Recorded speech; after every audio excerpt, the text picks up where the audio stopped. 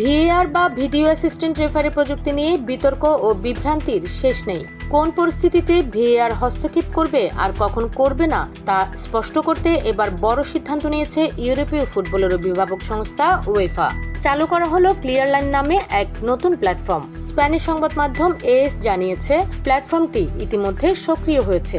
এতে ভিএআর এর ব্যবহারের পদ্ধতি, কাজের ধরন এবং কোন কোন ক্ষেত্রে এর হস্তক্ষেপ করা প্রয়োজন তা সহজ ও সংক্ষেপে তুলে ধরা হয়েছে। উয়েফার রেফারি প্রধান রবার্তো রসেত্তি জানান, প্রায় 8 বছরের অভিজ্ঞতা ও 100টিরও বেশি ভিডিও ক্লিপ বিশ্লেষণ করে এই গাইডলাইন তৈরি করা হয়েছে। এই নির্দেশিকা কেবল রেফারিদের জন্য নয়, খেলোয়াড়, কোচ, সাংবাদিক ও সমর্থক সবাই যেন ভিএআর ব্যবহারের মৌলিক নিয়মগুলো বুঝতে পারেন সেভাবেই তৈরি করা হয়েছে।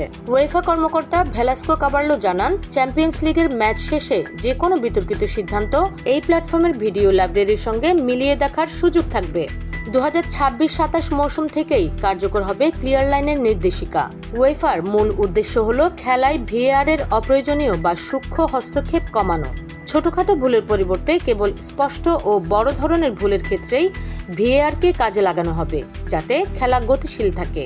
উয়েফার এই উদ্যোগের ফলে ভিএআর নিয়ে দীর্ঘদিনের বিতর্ক ও ক্ষোভ অনেকটাই কমবে বলে আশা করা হচ্ছে।